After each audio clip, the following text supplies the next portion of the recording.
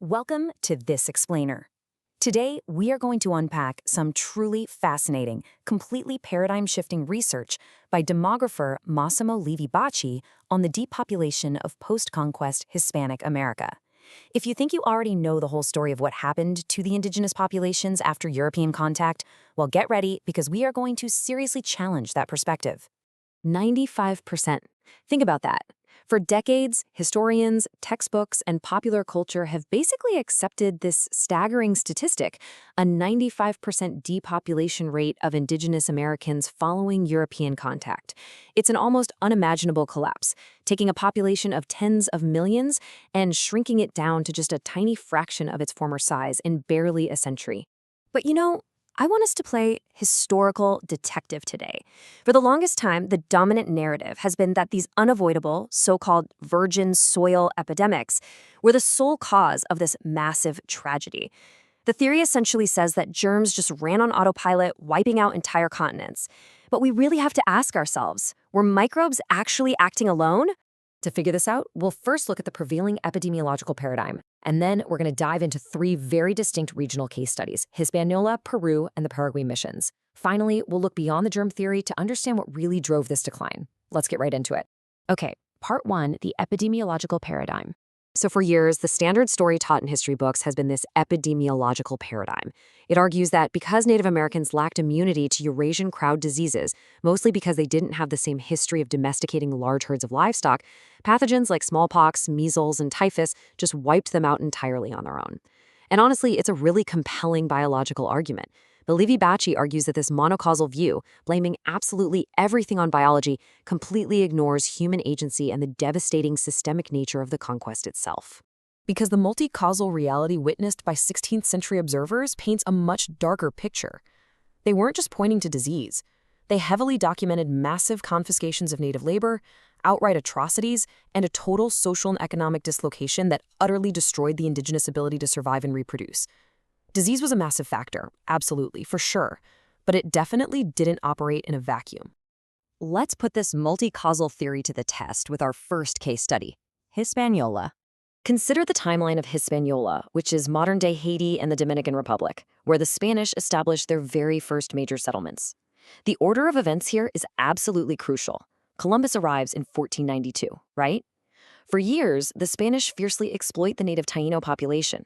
But the first confirmed smallpox outbreak in the New World doesn't actually hit Hispaniola until December 1518. Why the massive delay? While a transatlantic voyage back then took about 48 days, and smallpox runs its course in about a month. So infected passengers either died or became completely immune before the ship ever arrived. It literally took 26 years for the perfect chain of infection to finally reach the island. But here is the kicker.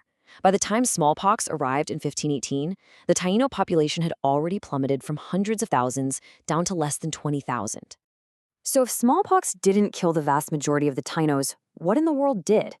Well, contemporary observers, like the official historian Ovidio, put it pretty bluntly. The insatiable quest for gold and the grueling forced labor system known as the encomienda literally worked the population to death.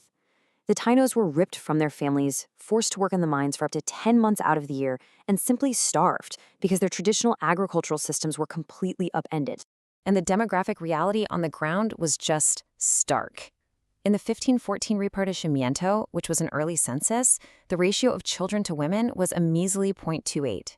To put that into perspective, in a healthy population, that number should be much, much higher. The reproductive system of the Tainos had just completely collapsed, and they didn't need the help of a single virus for it to happen. Men were separated from their wives to work the mines, and young women were frequently taken as concubines or servants by the conquerors. This total social dislocation practically ensured a demographic collapse before the microbes ever even landed. Moving right along to part three, our case study on Peru and the Inca Empire. Down in South America, we run into another really famous historical myth. It's heavily rumored and often stated as pure fact in textbooks that a smallpox pandemic raced ahead of Francisco Pizarro to kill the Inca ruler Huayna Capac in the 1520s, throwing the whole empire into chaos. But when you actually try tracing the highly uncertain path of that early epidemic, you hit a massive geographic challenge. Livi Bacci points out that it is epidemiologically highly improbable that a virus successfully crossed thousands of miles of deserted lands, humid jungles, and the freezing Andes Mountains, spreading face-to-face entirely ahead of the conquerors. So if a phantom plague didn't hollow out Peru, what did? Actually, the real devastating forces in Peru were entirely human-made. The region suffered through a quarter-century of incredibly bloody civil wars, first between Inca factions and then between rival Spanish factions. And during these wars, the Spanish confiscated unbelievable amounts of indigenous labor. Just as one example, records show the loyal Huanca tribe was forced to lend 27,000 men to various military expeditions over a 15-year period. I mean, that is a staggering drain on a community. It completely devastated their agricultural infrastructure and caused widespread famine. And the data from the 1573 Peruvian inspections perfectly confirms this violent reality. There were only about 75 adult men for every 100 adult women. This massive, glaring shortage of adult men was directly caused by constant warfare and forced labor drafts. Just like we saw in Hispaniola, you simply cannot maintain a population when a huge chunk of your young men are taken away to fight or work in mines. The population's ability to replace itself was severely hobbled long before the major, well-documented epidemics hit the region later in the century. All right, part 4, and this is where things get really interesting, the Paraguay missions anomaly. If disease alone is this unstoppable grim reaper, how do we explain the incredible anomaly of the Jesuit missions? We have to look at how the Guaraní people lived under the Jesuits compared to the rest of the continent. See, the Jesuits effectively shielded the Guaraní from the deadly encomienda labor system and heavily armed Portuguese slave hunters. So instead of families being ripped apart and worked to death, they lived in concentrated, planned villages that promoted early marriage, stable families, and a highly protected community structure.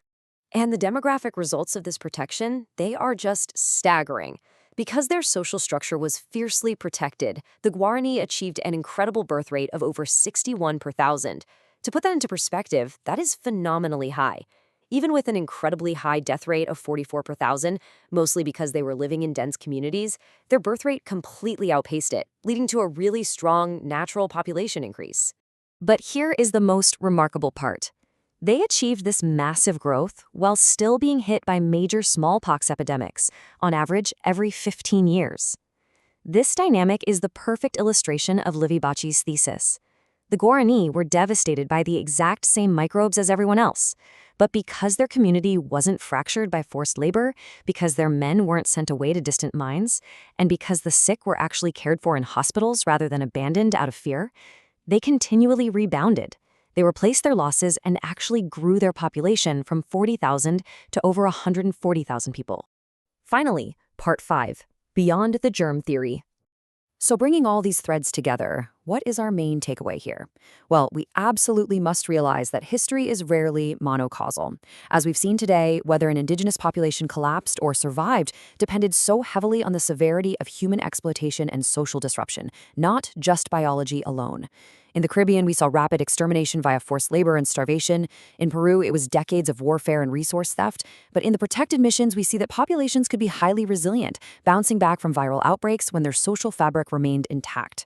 The germs were deadly, yes, for sure, but the human systems of exploitation, those were the fatal blow. I want to leave you with this final thought. It is really easy, and honestly perhaps a bit too convenient, to blame the tragedy of the Americas solely on mindless microbes. But if systemic exploitation, greed, and actual human actions dictated who ultimately survived these diseases and who didn't, how must we rewrite our understanding of the true cost of conquest? It's a heavy question, but it's one the data insists we ask. Thanks for joining me on this explainer, and keep questioning the narrative.